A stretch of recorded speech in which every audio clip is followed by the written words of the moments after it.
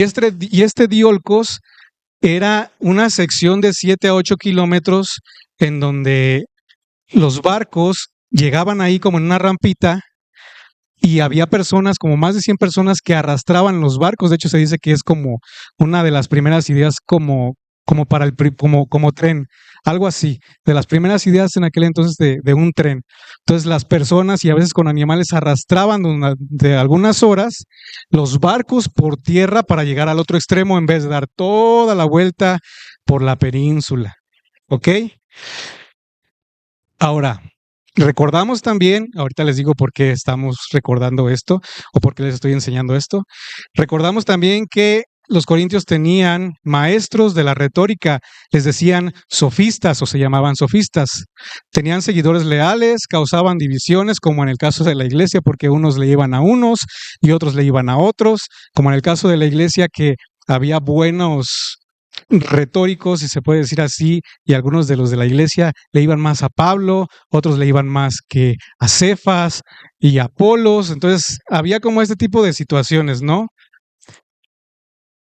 Ahora, estos maestros sofistas lo que buscaban era captar la simpatía del público con sus discursos y persuadirlos con la claridad y la elegancia de la presentación y la precisión con la que hablaban, la estructura correcta del lenguaje, oratoria como una herramienta para convencer.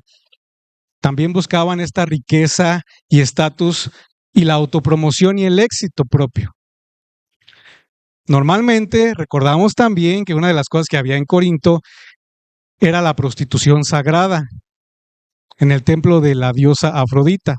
La realizaban en su mayoría mujeres esclavas.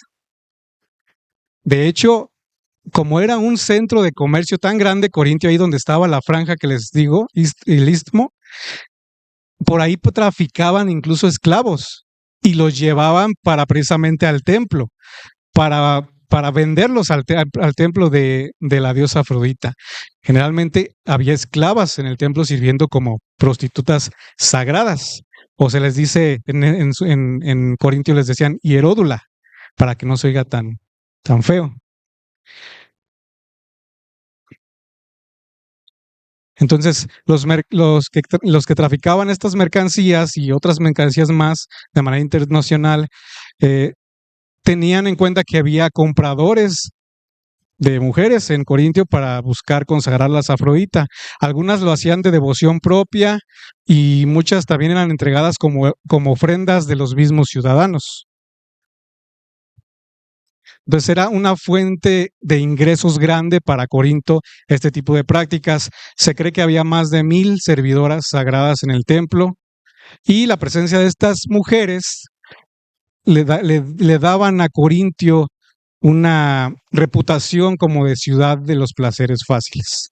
Muy bien, con el contexto un poquito más o menos recordando con lo que hemos visto y todo, nos posicionamos ahí y vamos a nuestros pasajes bíblicos que estamos en Primera de Corintios 4, primera carta a los Corintios 4, del 18 al 21. Son los últimos versículos del capítulo 4, los últimos versículos del capítulo 4.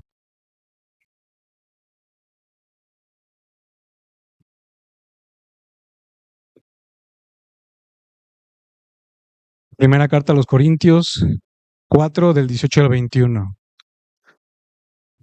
Vamos a darle lectura. Y algunos se han vuelto arrogantes como si yo no hubiera de ir a vosotros, pero iré a vosotros pronto, si el Señor quiere, y conoceré no las palabras de los arrogantes, sino su poder. Porque el reino de Dios no consiste en palabras, sino en poder. ¿Qué queréis? ¿Iré a vosotros con vara o con amor y espíritu de mansedumbre? Vamos a nuestro primer subtema, el menosprecio al Padre. Y algunos se han vuelto arrogantes como si yo no hubiera de ir a vosotros. Recordamos que Pablo era su padre espiritual de los corintios. Y algunos de los corintios afirmaban o creían que Pablo solo era valiente mediante su ausencia o por las cartas y no cara a cara. Entonces, por eso pensaban que no se iba a atrever, tenían esta arrogancia de decir, ni va a venir. Hay que seguir haciendo lo que a nosotros nos interesa. Entonces, recordando esto, dije, pues cómo no, pues no saben qué tipo de persona es Pablo, porque me hizo recordar una situación que pasó en Gálatas 2:11. No sé si alguien se acuerda. Esta situación fue escrita después del libro de la primera carta a los Corintios, pero sucedió antes de escribir Primera de Corintios, con Pedro en Antioquía. Y es que Pedro andaba ahí medio con unas actitudes raras con las personas gentiles, las personas que no eran judías y que se les estaba compartiendo el evangelio, y como que medio tenía una lealtad dividida, ¿no? Con los judíos, entonces daba preferencia a los judíos. Cuando estaba con los gentiles, veía que venían los judíos y como que tenía una especie de rechazo y contagiaba incluso a los que estaban con él.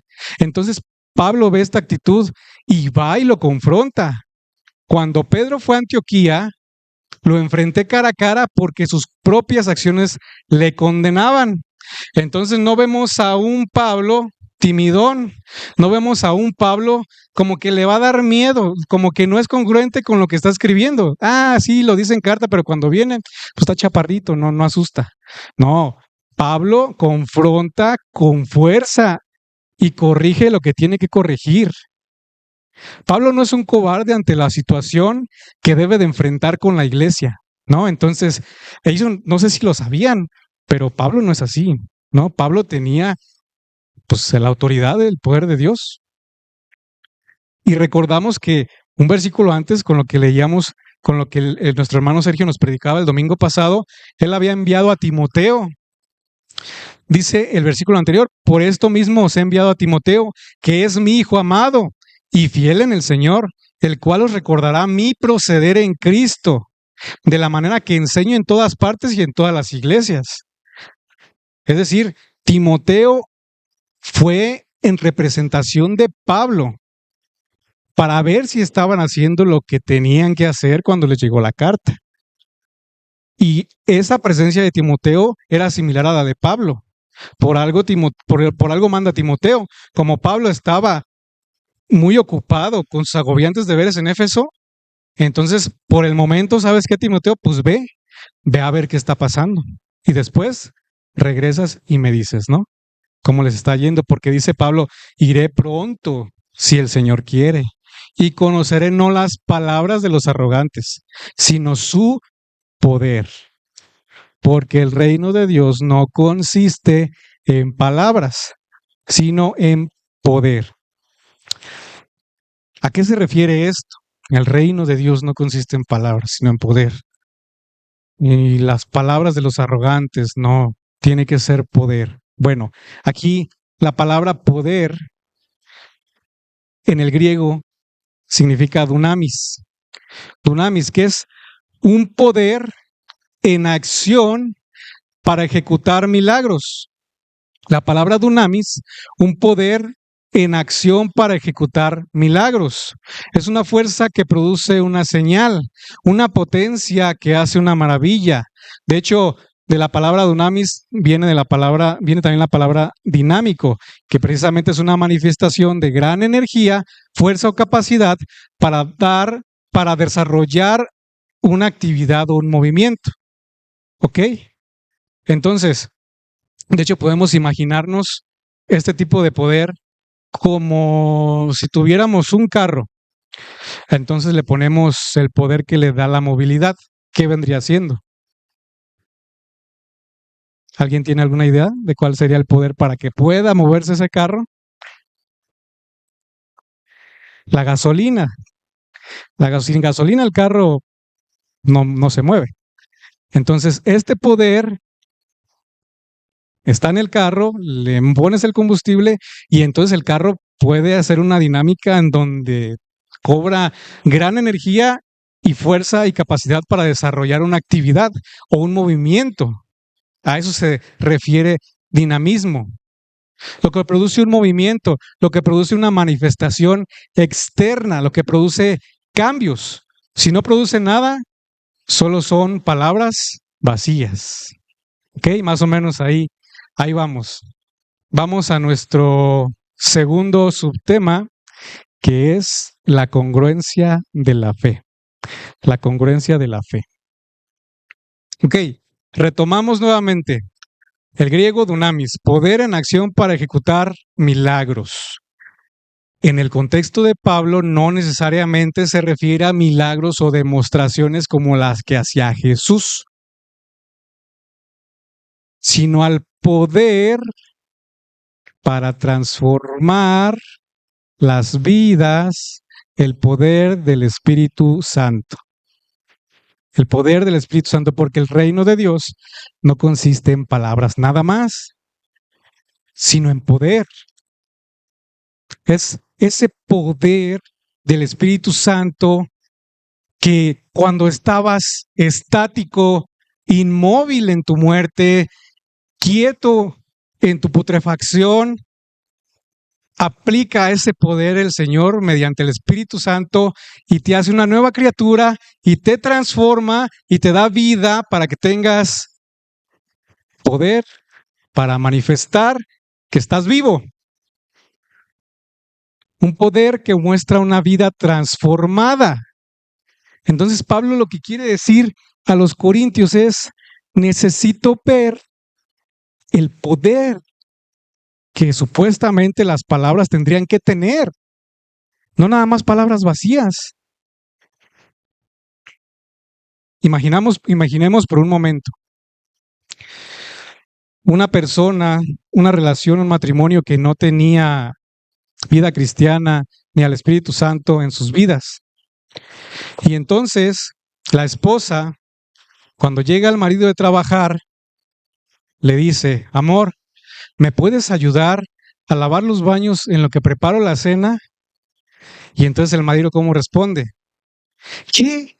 Si voy llegando de trabajar y todavía quieres que me ponga a trabajar otra vez y todavía no tienes la cena. ¿Qué? O sea, ¿qué no ves que vengo cansado? ¿Qué no te das cuenta que yo vengo ya trabajado y todavía quieres que haga más? Yo ya quiero descansar. Entonces esta persona, con su orgullo, se va de la casa porque no hay comida y todavía lo quieren poner a trabajar.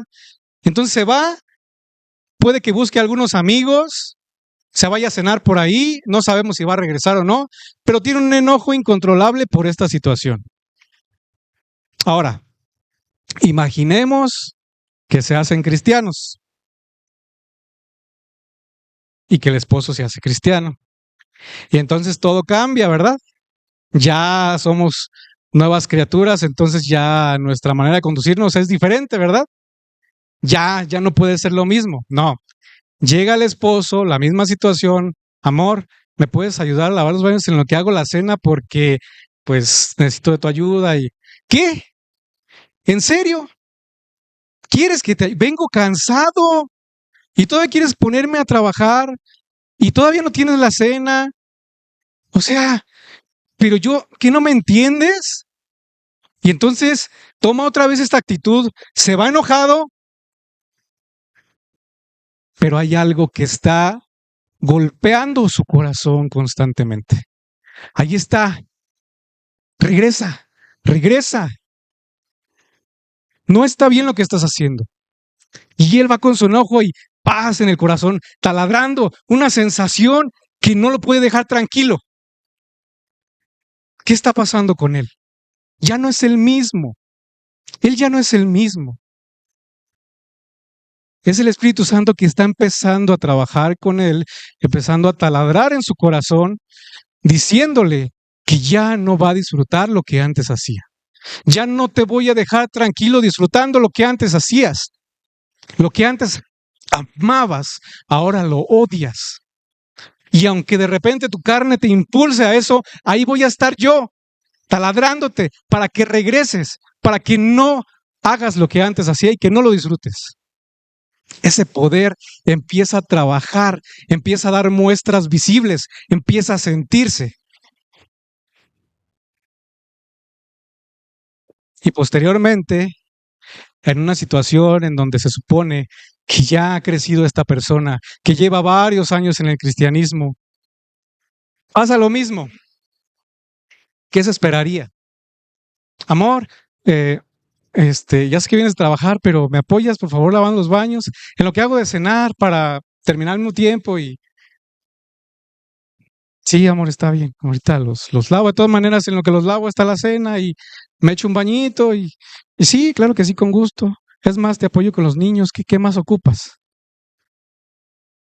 Hay una manifestación externa, porque durante los años el Señor empieza a trabajar en su corazón, Él se empieza a nutrir del poder del Espíritu Santo y empieza a manifestar cambios. El reino de Dios no se trata de discursos elocuentes o melosos, porque ¿de qué sirve una iglesia que presume sana doctrina si no tiene la capacidad de impactar la sociedad o de impactarse entre sí misma? ¿De qué sirve? La soberbia espiritual es uno de los pecados más sutiles, porque se trata de hablar de Dios sin depender de Dios. Se trata de hablar de Dios sin depender de Dios. Esa es una soberbia espiritual. Y el poder transformador de Dios es como si fuera la gasolina. El carro nos va a llevar a un destino. Solo debemos abrir la puerta, subirnos. Es nuestra responsabilidad tomar el combustible, llenar el tanque, subirnos al carro y que el poder del Espíritu de Dios nos dirija, nos conduzca hacia los cambios externos que necesitamos. Pero sin el combustible, sin el poder de Dios, y si nosotros no nos nutrimos, no va a haber cambios. Van a ser palabras vacías, vacías.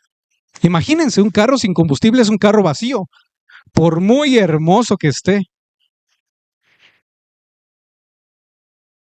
Entonces, imagínate que compras un vehículo o que quisieras comprarte aquel vehículo con el que tanto has soñado, pero no lo puedes conducir, no lo puedes mover, porque no puedes moverlo, porque si no tiene poder para poder acelerar, para poder moverse, pues ¿de qué sirve? No tendría sentido. Cuán hermoso es más si tú lo hubieras construido y lo hubieras visto precioso. Mira en mi carro, qué precioso está. Pero está vacío, no puede hacer lo que esperas que haga. La gente espera ver resultados. Ve una máquina y dice, wow, ¿y esa máquina qué hace? Pues nada, pero se ve bien padre. Pues sí, pero pues no hace nada. ¿Qué sentido tiene tener algo precioso y que no puedas echarlo a andar? Hermanos míos, ¿de qué aprovechará si alguno dice que tiene fe y no tiene obras? ¿Podrá la fe salvarle? Y si un hermano o una hermana están desnudos y tienen la necesidad del mantenimiento de cada día, y alguno de vosotros les dice, váyanse en paz y caliéntense y sáciense, pero no les dan las cosas que son necesarias para el cuerpo, ¿de qué sirve? Así también la fe, si no tiene obras, es una fe muerta en sí misma. Porque como el cuerpo sin el espíritu está muerto, así también la fe sin obras está muerta. Tenemos que tener cuidado aquí, porque no está hablando de la salvación. Obviamente, si tú crees en el Señor, si tú crees que Él fue el sustituto, porque dice la Biblia que la paga del pecado es muerte, y obviamente alguien tenía que pagar ese pecado, y a ti se te ofreció un sustituto, que en nuestro caso es Jesús, la paga de nuestra maldad, la toma Él y la deposita sobre sí para que tú quedes libre. Eso, si tú eres su hijo y crees en Él y confías en Él, en su obra, tú lo tienes. Muy seguro tu salvación. Pero hermanos, ¿cómo se manifiesta esto en la vida cristiana? Sabemos que no tenemos nada que ofrecerle a Dios. No podemos salvarnos a sí mismos con nuestras mejores obras. Sería bastante frustrante llevar una vida llena de buenas obras y en el último momento de tu vida pecar y que todo se vaya para la basura. ¿Se imaginan? Qué frustrante que la salvación de tu alma dependiera de lo que tú puedes hacer. Pero no es así en este caso. Tu salvación, vas a Jesús con todo lo que eres, te limpia, te restaura, te hace una nueva criatura y al hacerte una nueva criatura te cambia la naturaleza de lo que eras. Antes estabas muerto, ahora estás vivo. Se supone que al estar vivo puedes reflejar movimientos de vida, porque si estás muerto, pues no. Es como cuando antes éramos un arbusto que solo podíamos producir espinos. Es lo único que podíamos producir. Frutas muertas o un fruto muerto. Y después Dios toma nuestra naturaleza y cambia nuestra naturaleza y nos hace un árbol de manzanas. Un manzano. ¿Qué se esperaría de un árbol de manzanas? Pues que dé un fruto, que dé manzanas. Entonces sería incoherente decir que eres un manzano y que no des frutos.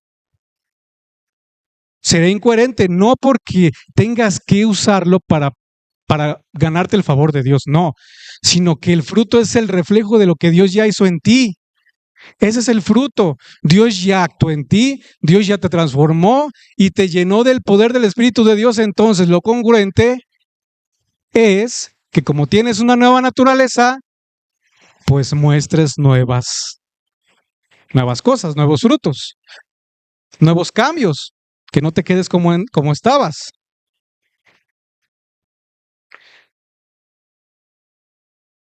Vamos a nuestro tercer subtema. Azote o dulzura. Azote o dulzura. En la semana yo le pregunté a mi mamá, ¿cuándo fue la vez que más te hice enojar, que más te hice preocuparte por algo que haya hecho? Y que me dice, ¿cuál fue la vez que más? Yo no pensé que fuera esa, pero ya mientras meditaba dije, pues sí, pues sí, puede ser que sí. La cosa es que, no recuerdo, pero vivíamos en Los Reyes. No me acuerdo si había ido a la escuela porque yo me iba solo a la escuela, a la primaria, y regresaba a casa. Mi mamá tenía una bicicleta y yo a veces agarraba la bicicleta sin permiso. El punto aquí es que yo no quería regresar a mi casa, era temprano. Y me le pegué a un amiguillo. Ahí andaba de chicle. No sé si me invitó o me invité, pero el chiste es que me le pegué al amigo. Entonces, yo no quería regresar a casa, fuimos, me prestó incluso unos tenis de él para jugar fútbol. Yo andaba así con los pies porque no me quedaban, pero pues andaba jugando fútbol, ¿no? Y después creo que regresamos a comer, me invité a comer y pues me dieron de comer, llegaron sus papás, comimos, pues ellos dos, su hijo y yo. Ahí me estaba adoptando yo y mi mamá no sabía nada, ya era tarde. Pues que se hace de noche, me preguntan los señores, oye, pero ¿para qué hora pues te vas? Porque nosotros tenemos pues una cita, ¿no? Allá en Los Reyes hay un cine, no es como aquí, que es la Plaza de Obra, ahí hay diferentes salas, nada más es una sala grande. Entonces supongo que los horarios son muy estrictos para cada película.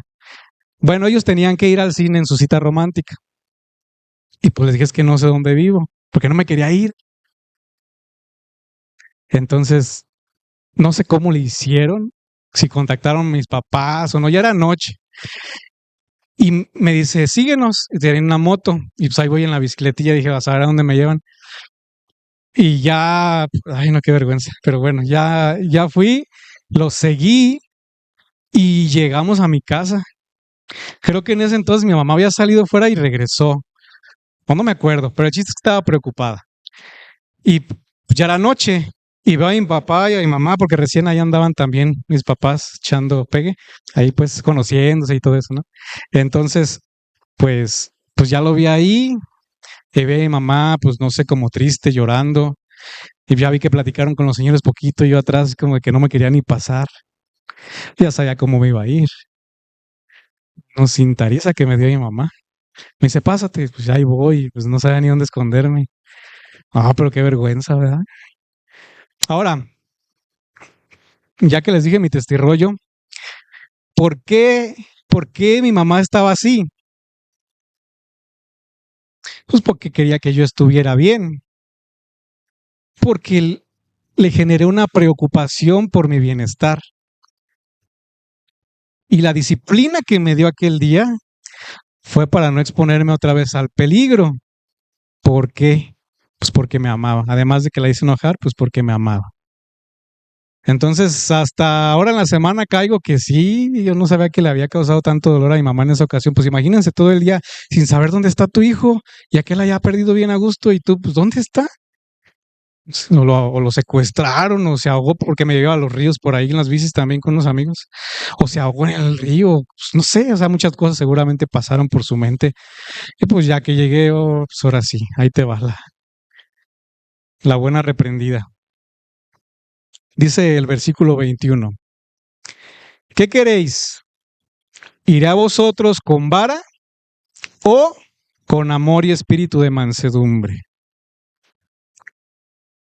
¿Con vara o con dulzura o con gentileza? Dice Pablo, ¿cómo quieren que vaya? Corintios, ¿cómo quieren que vaya? Porque precisamente tenían la esperanza de no disciplinarlos, tenían la esperanza de que ellos entendieran, que hicieran los ajustes antes de que pues no los hicieran y que Pablo todavía los viera en lo mismo. Tiene la esperanza de que ellos comprendan lo que les está mandando por escrito, sus palabras, de ver cambios en sus vidas. Quiere verlos libres de la soberbia que tenían. Ahora, eso es lo que Pablo les plantea a ellos. ¿Qué quieren?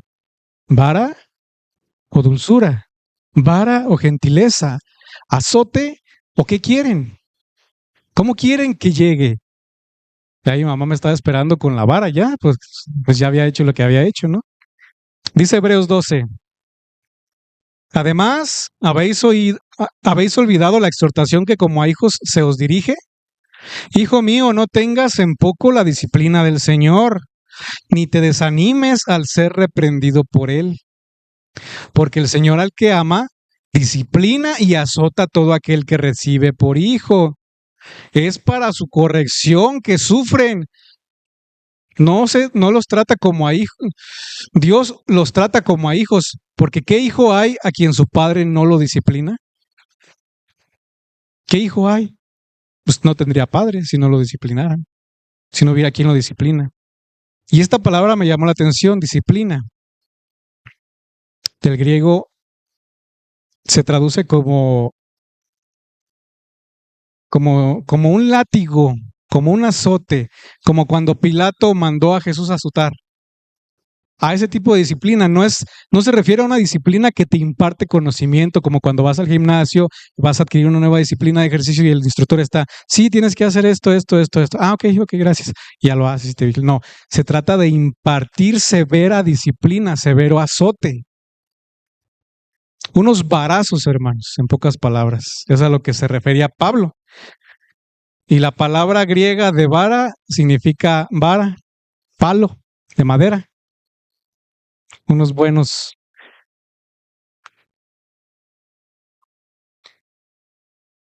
Ahora, creo yo que hay dos tipos de disciplinas que Dios puede ejercer.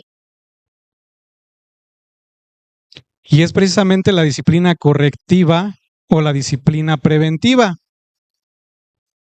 La disciplina correctiva es como lo que sucedió en mi caso, hermanos. Ya la había regado, pues ni modo, órale, a corregirlo para que no lo vuelva a hacer. Y la preventiva, les voy a platicar otra testirrollo chiquito. Una vez iba caminando por el paseo con mi hermano, en aquel entonces cuando estaba un poco más chiquito, cuando me caía un poquito mejor, nada, no se crean. Pero era mi hermano y yo siempre lo he amado, como si fuera un hijo mío. Y él nos fijó, quería cruzar la calle, pero había una esquina y un taxi iba dando vuelta y él no vio, iba platicando conmigo, volteaba para acá, el taxi venía acá, y yo iba un poquito más atrás. Entonces, como yo iba platicando con él, alcanzo a ver el taxi y él iba bien a gusto a cruzar la calle. Entonces, ¿qué creen que hice? Lo dejé para quedarme la herencia yo. Nada, no es cierto, hermanos. Ya saben que no es cierto. No, hermanos, lo agarré del cuello de la camisa y le di un jalón así. Yo creo, pues no sé si le dolió, yo pienso que sí le dolió, porque no sé qué cara hizo cuando lo jalé, pero yo lo jalé con todas mis fuerzas, porque precisamente no quería que lo atropellaran. ¿Qué previne yo ahí? Pues precisamente que no le fuera a pasar nada. Entonces, ¿tú de qué manera consideras la disciplina de Dios para ti? Les voy a mencionar algunas maneras en las que podemos considerar la disciplina de Dios. Aceptar la disciplina resignadamente, como aceptando el poder más que el amor del Padre. Como pues no hay de otra, pues ya qué, pues dale, aquí aguanto, pues échale, pues ya sé que es lo que tú quieras. Sí, resignado, como que, bueno, pues ya. Otra forma de aceptar la disciplina de Dios es como con el sentido de acabar con ella lo antes posible. Obedecer por apariencia, a regañadientes, más que por agradecimiento. Es como, sí, pues como fingir. Ay, sí, ya que me vea, como que medio me ando portando bien para que ya me deje salir. ¿No? Y los papás, sí se ha portado bien, sí se ha portado bien, amor, sí se ha portado bien, pues déjalo salir. Pero pues nomás aparentó, no es como que la haya aceptado muy bien. Asimismo con Dios, ¿cómo aceptas tú la disciplina? ¿De qué manera la aceptas? Otra forma de aceptar la disciplina es con un complejo de víctima que conduce al derrumbamiento. Ser los únicos a los que la vida trata con dureza. Solo piensan en compadecerse a sí mismos. Siempre a mí me pasa todo. Toda la vida me pasa y pobrecito de mí. Mira nada más cómo vivo. Siempre con las mismas circunstancias y me pasa de esto y de aquello. Y pues ya. También podemos aceptarla como un castigo impuesto. Como si Dios estuviera más interesado en el castigo que en el bienestar de las personas. Como una injusticia. ¿Por qué a mí? ¿Por qué a mis familiares? Yo no lo merecía. Y una queja constante contra Dios, quejándote, porque no aceptas que Dios está trabajando contigo. O la última, aceptarla porque nos viene de un Padre amoroso. El cristiano debe saber que la mano del Padre nunca causará a su hijo una lágrima innecesaria y que todo vale para hacerle a uno más sabio y mejor persona. Dejaremos de compadecernos de nosotros mismos si recordamos que no hay disciplina de Dios que no venga del manantial de su amor y que no sea para nuestro bien. Entonces, ¿cómo la aceptas tú? ¿Cómo aceptas tú la vara? ¿Cómo aceptas la disciplina cuando te toca? ¿De qué manera respondes al Señor?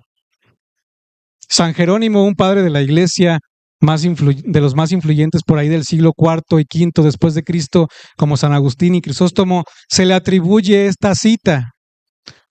La peor ira de Dios consiste o sería que dejara de enfadarse con nosotros cuando pecamos.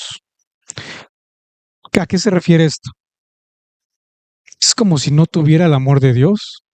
Es como si no tuviera un padre. Claro que nosotros entendemos que ya somos salvos y que ya tenemos un padre y que somos hijos adoptados y que su paternidad va a permanecer con nosotros. Pero ¿qué hay peor que la disciplina de Dios sino abandonarnos y que no sintamos disciplina? Porque si no, el día que no sientas que Dios está trabajando contigo, ¿en dónde está Dios? ¿En dónde está su amor? ¿En dónde está? Claro, ya no siento como... Pero si tú eres un hijo de Dios, siempre vas a sentir ahí al Espíritu Santo queriendo dar muestras en tu corazón, incomodándote para que hagas cambios, para que hagas ajustes.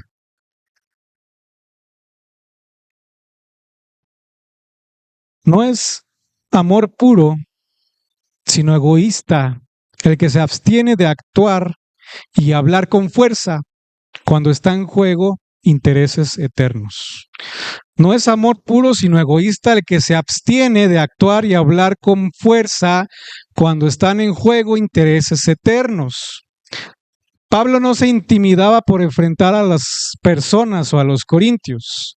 Más bien sentía la responsabilidad de, como padre espiritual, llamar la atención, porque entonces, ¿qué clase de amor es pasar por alto todas las cosas? ¿Qué sentido tiene? Eso no es amar, eso es consentir la maldad, consentir el pecado del otro.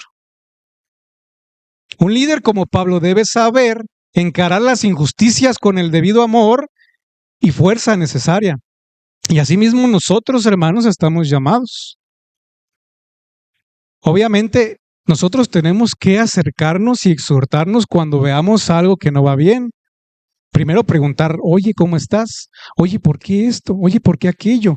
Para analizar si no estás percibiendo tú algo incorrecto de la vida de tu hermano. Y posteriormente, cuando indagues y si tienen la confianza, acercarte y exhortarlo. Y precisamente la otra persona, si es cristiana, va a costar, sí, pero va a reconocer que Dios está aplicando una disciplina, una exhortación por su bien.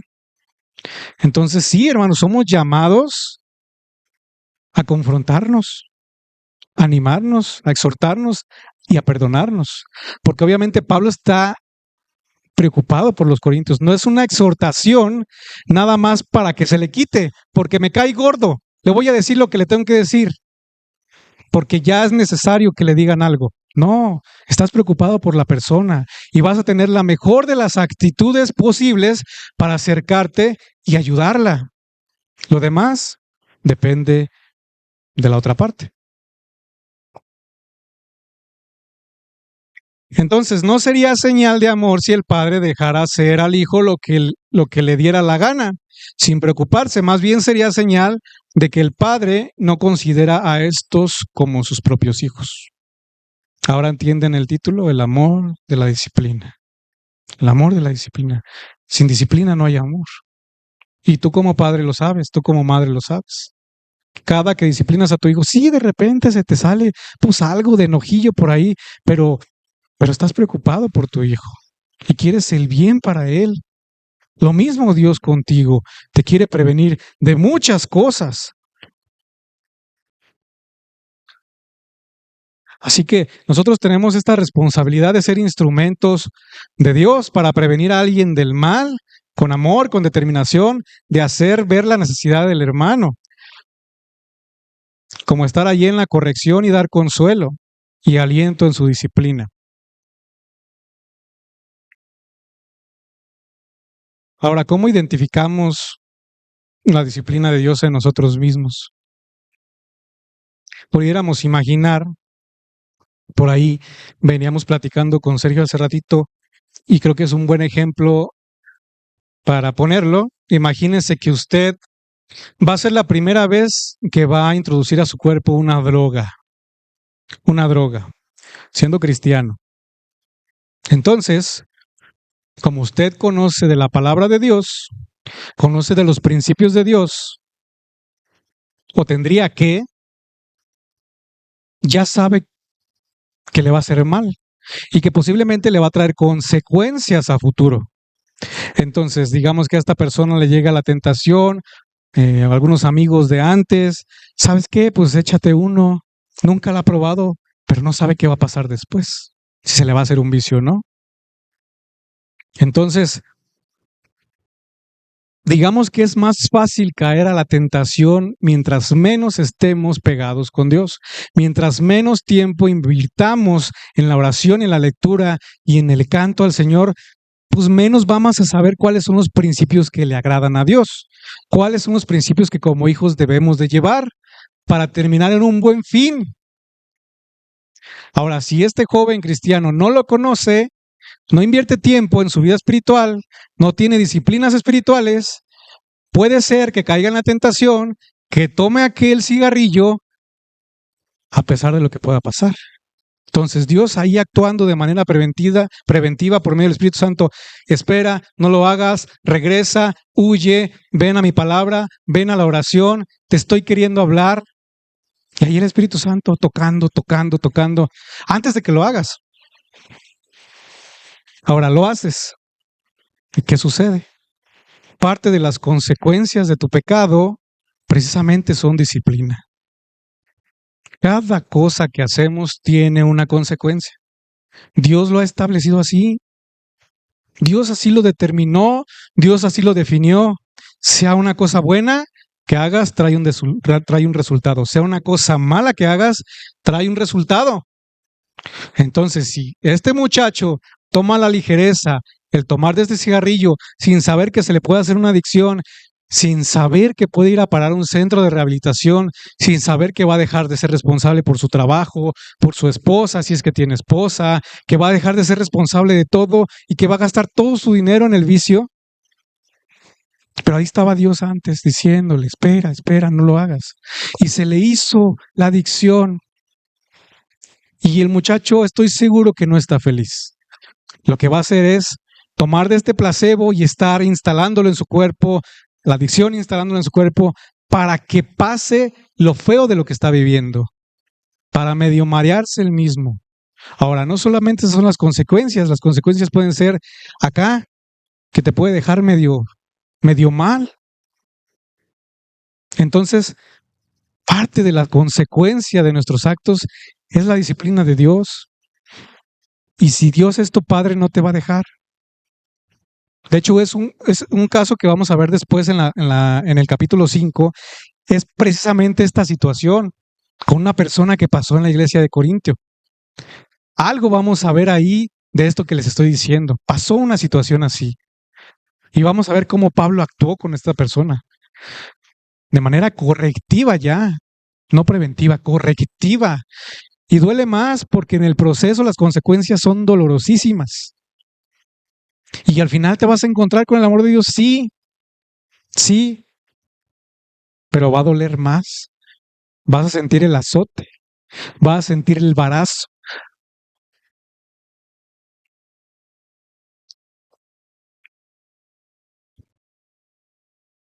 El Padre terrenal es aquel al que le debemos nuestra vida física. Pero ¿cuánto más debemos someternos a la disciplina de Dios, a quien debemos nuestro espíritu, que es inmortal, y que en su sabiduría no busca sino nuestro bien supremo?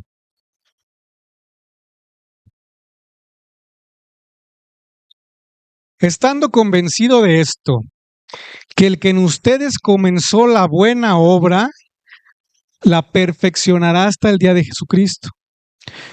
Mas es justo sentir esto de todos ustedes porque los tengo en mi corazón, tanto en mis prisiones como en la defensa y confirmación del Evangelio. Son todos ustedes participantes conmigo de la gracia.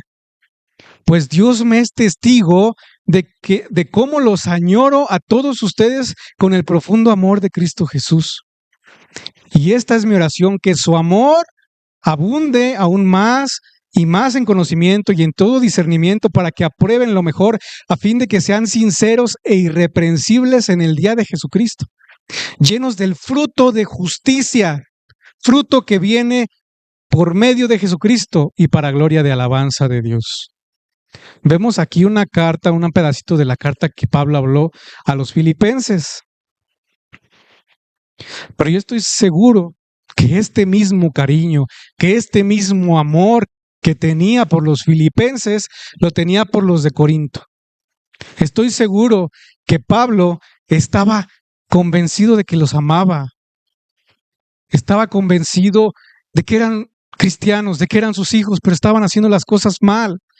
Era como ese padre preocupado que estaba advirtiendo: dejen esa soberbia, dejen la cultura en la que están, dejen de desear ir al templo de Afrodita a prostituirse con las siervas sagradas, dejen esa filosofía que solamente quiere meterles una vida antropocéntrica, es decir, centrada entre ustedes mismos y sacando a Cristo de sus vidas. Dejen esas prácticas, dejen esa soberbia, dejen a un lado todo eso. ¿Por qué? Porque yo Les compartí el Evangelio, les compartí de la obra de Cristo a ustedes. Yo vi cuando ustedes nacieron y le recibieron.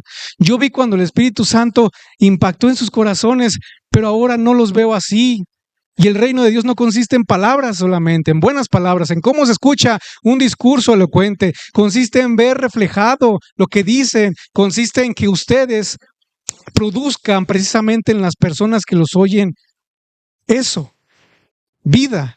Y en ustedes mismos. Se supone que eso es el reino de Dios. Ver mover a la gente, ver este dinamismo en las personas, cómo van cambiando, cómo van mejorando sus vidas, cómo el Señor está transformando, que ya sé que no es de la noche a la mañana, pero que Dios está haciendo cambios importantes en tu vida y que ya no eres lo mismo, ya no eres el mismo, ya el pecado que antes amabas lo odias y al Dios que antes aborrecías lo amas. Es lo que Pablo les dice. Quiero ver el fruto en ustedes, de la fe que dicen, de la fe que presumen, de cómo la presumen, de cómo la divulgan. Muy bien, felicidades, qué bonito lo hablan. Pero yo quiero verlo. Yo quiero ver la iglesia unida. Yo quiero verlos perdonándose, sin divisiones, sin orgullo, con humildad, como Cristo nos está enseñando. Imítenme a mí, acuérdense cómo Pablo pone su ejemplo de siervo menospreciado, de baja categoría. Vean, de esto se trata, de mostrar esto, no lo que ustedes creen.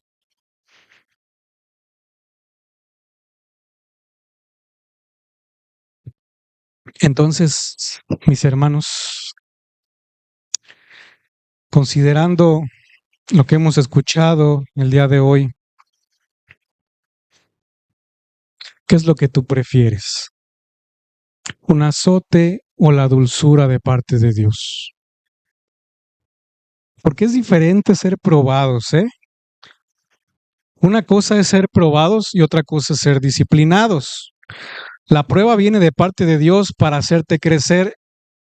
Quiero pensar que ahora sí la prueba es como este instructor de gimnasio que te dice, mira, hazle así, y te va a costar, sí, pero estás creciendo.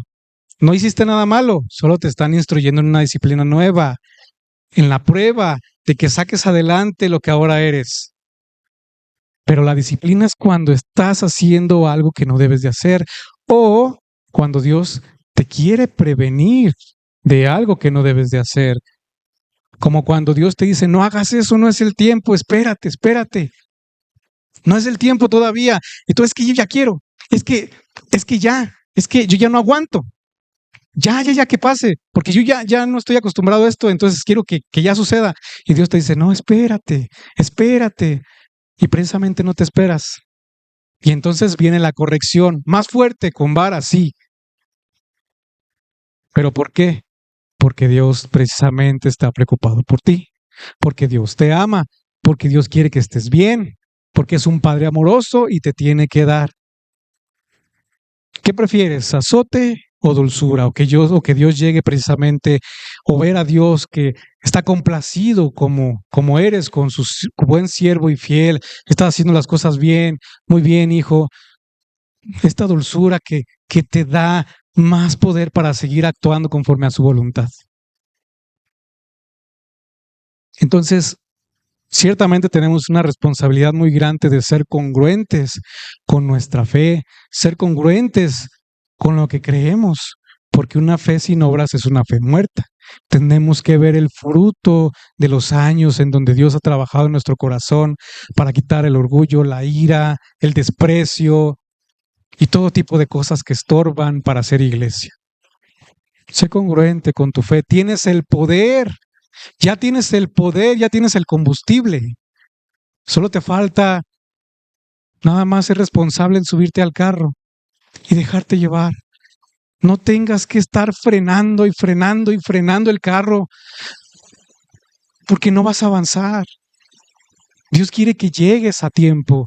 Dios quiere que logres transformar tu corazón por medio de su poder, por medio del Espíritu Santo. Pero si tú estás metiendo freno a cada rato y no quieres, y es que me gusta más allá donde estaba, pues entonces, hermano, medita en esto, sé congruente con tu fe y piensa en las consecuencias buenas que Dios tiene para ti. Un azote o dulzura.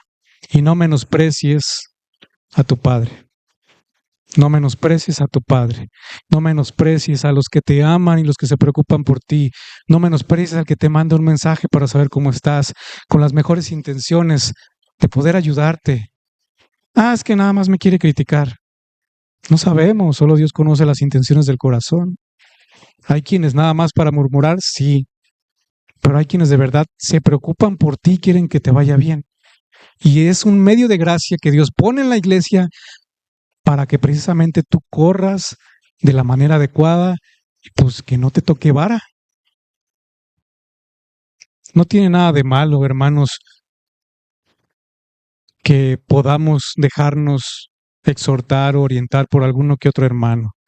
Es bueno y habla de la humildad, y es bueno y habla de reconocer lo que estamos haciendo mal también.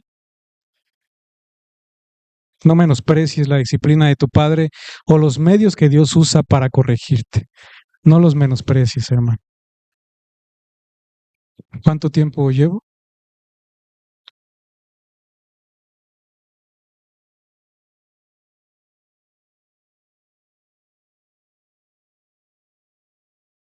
Bueno, pues vamos a orar, mis hermanos, para terminar.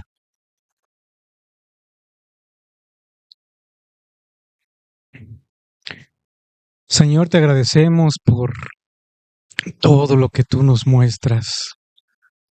Principalmente yo te agradezco, Padre, por la oportunidad de compartir lo que primeramente ha impactado mi corazón, que es darme cuenta que muchas veces no queremos llenarnos de tu palabra, que muchas veces no queremos tomar este poder del que ya tenemos para caminar. Gracias por darnos la salvación, Señor. Gracias por darnos a tu Espíritu Santo que nos da esta potencia para generar en nosotros fruto. Porque lejos de ti nada podemos hacer, pero si nosotros permanecemos en ti, vamos a dar fruto. Ayúdanos, Señor, a permanecer en ti y pon en nosotros ese gran deseo de depender de ti. Quita de nosotros todo lo que nos estorba del pasado. Ayúdanos a ir dejando cada vez más esta carne que nos estorba, esta envoltura de la que queremos salir, porque queremos hacer el bien, pero nos estorban muchas veces. Señor, si es necesario que tú nos disciplines, hazlo, pero no permitas que nos alejemos de ti. Ayúdanos a permanecer en ti, ayúdanos a entender tu amor correctivo. Ayúdanos, Señor, a entender tu amor preventivo. Ayúdanos a ver tu disciplina con amor y no quejarnos de ella. Ayúdanos a verla con la humildad, reconociendo que la necesitamos, reconociendo que tú nos amas y que por eso nos la das. Pon en nosotros la manera correcta de aceptar tu voluntad, de aceptar tu disciplina. Pon en nosotros, Señor, el deseo de cambiar con el poder que tú ya nos diste para hacerlo. Ten misericordia, Señor, de tus hijos, que somos muy débiles todavía, pero sí reconocemos que te necesitamos. Reconocemos que necesitamos ayuda urgente, que este mundo precisamente está contagiado de tantas cosas que influyen a nosotros, pero danos el poder para pasar sobre ellas y no mezclarnos dentro de ellas. No podemos huir de este mundo. Tú dijiste que permaneciéramos aquí, con todo y sus conflictos, pero ayúdanos a hacer luz y sal en este mundo, para sazonar al mundo, para llevar tu evangelio. Ten misericordia de nosotros y danos de tu gracia para darte el fruto correspondiente de ser un cristiano. Gracias, mi Señor, por tu amor. En Cristo Jesús te agradecemos siempre. Amén.